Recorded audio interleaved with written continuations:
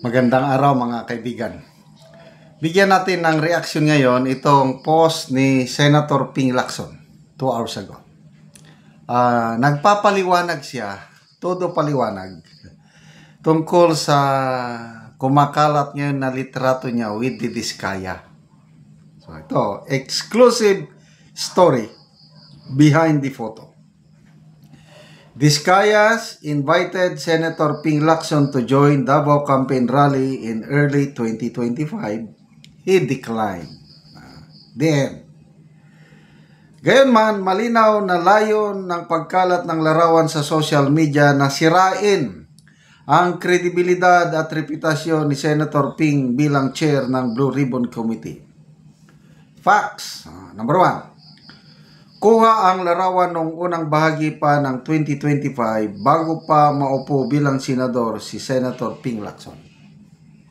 Number 2. Dinala ng isang campaign supporter mula Davao City na si Fred Villaroman ang mga Diskaya sa opisina para personal na imbitahan ang senador sa isang campaign rally. Number 3.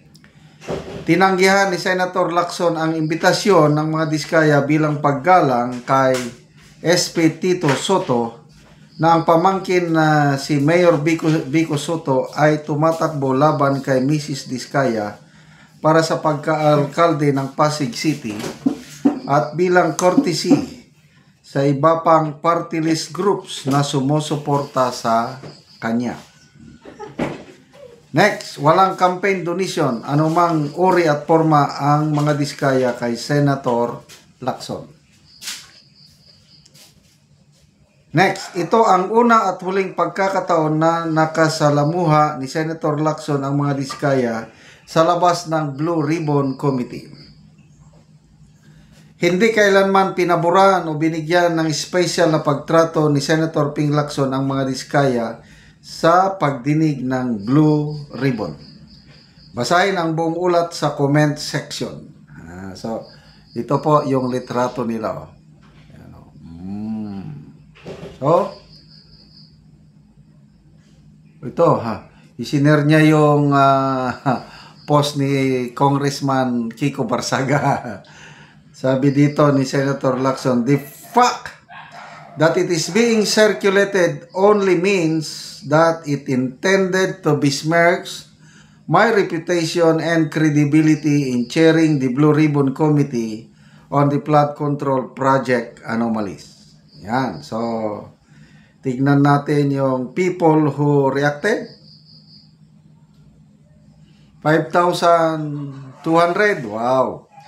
3,100 ang naniniwala sa kanya, nag-like. 1,400 ang tumatawa, 516 ang nag-love. So, malaking porsyento ang naniniwala sa kanya. Okay. Basa tayo sa mga comments. Jovito Sermonia Jr. Senator Ping is a man of integrity. His track record will speak for himself. I can attest everybody wants to take picture to Senator Ping everywhere he visits because he has a very strong charisma. Rowan Padua, di talaga makaisa sa inyo mga kalaban Senator Ping. Gracie Goyan, I believe in your integrity, Senator. Okay, so dito sa mga comments, halos lahat pabor kay Senator Ping Lacson. Okay. Kanya-kanya tayong pananaw, ano? Ito lang din ang aking pananaw. Yes, I still believe on the credibility of Senator Ping Lacson. Noong una lang, medyo nadismaya ako. Una, nung ayaw niyang imbitahan si then Congressman Saldico sa pagdinig dahil daw sa interparliamentary courtesy. Dismayado ako, nagduda ako sa kanya. But nung nagbago ang kanyang isip, I don't know kung dahil sa kakukulit ni Marcoleta, Senator Marcoleta, na bakit yung parliamentary courtesy na yan Ang ginigiit ninyo na masama ang loob ko, bakit hindi nyo imbitahan si Saldico? Ito, nagpahayag na si Senator Lacson na iimbitahan na si Saldico at pati si Romualdez sa susunod na hearing. So, okay na ako nun. Satisfied na ako. Kahit yung kay Master Sergeant Orly Gutesa, dismayado ako nung sinasabi niya na imbestigahan ang kanyang background. Bakit biglang ano? But lately, may pahayag siya na sabi niya, i-focus natin ang laman ng kanyang ang laman ng kanyang pahayag, i-focus natin doon. Kasi kung mayroong mag-corroborate sa statement ni Gutesa, malakas na ebidensya ito laban sa mga nasasangkot. Ayan na, okay na. Problema lang, kaya hindi niya mapangalanan direkta si Martin Romualdez. Kaya marami ang nagdududa. Ba't ako, mulat sa poll, believe ako sa integrity ni Senator Lacson. Hindi naman siya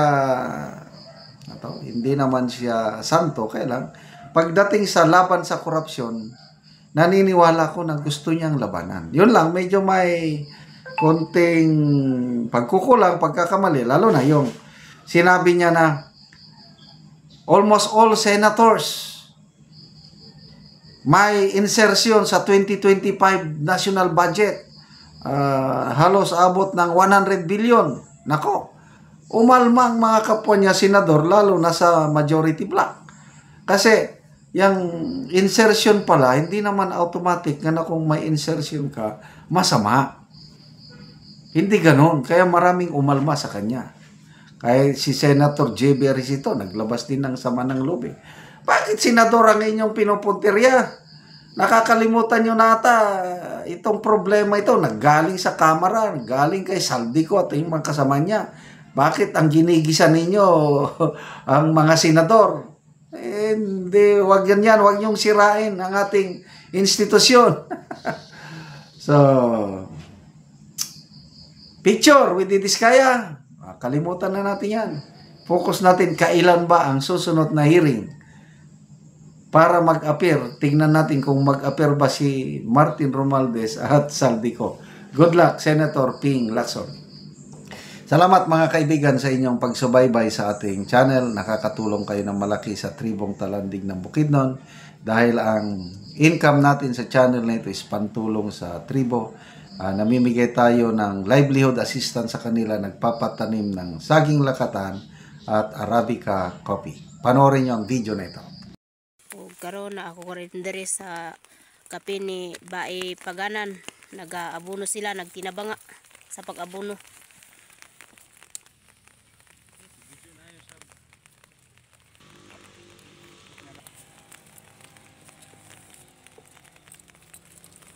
O mag-spray na pod kay naman og abuno.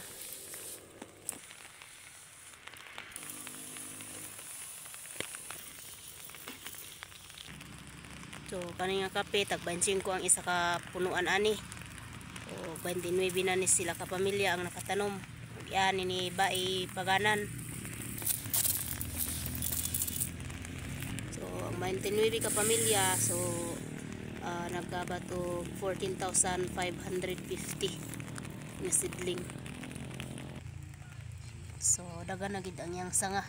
Nagduha na ni kabulan nga kape.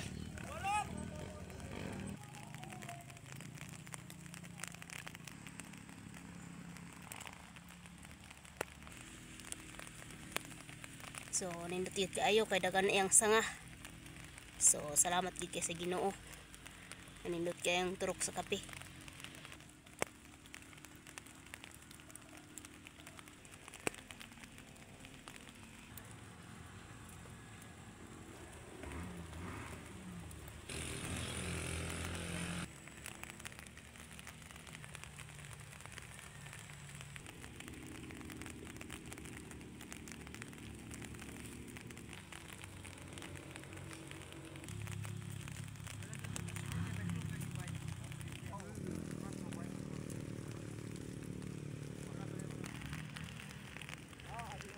So salamat kay sa Ginoo og sa nag-sponsor og ilabi na sa nagatan-aw sa video.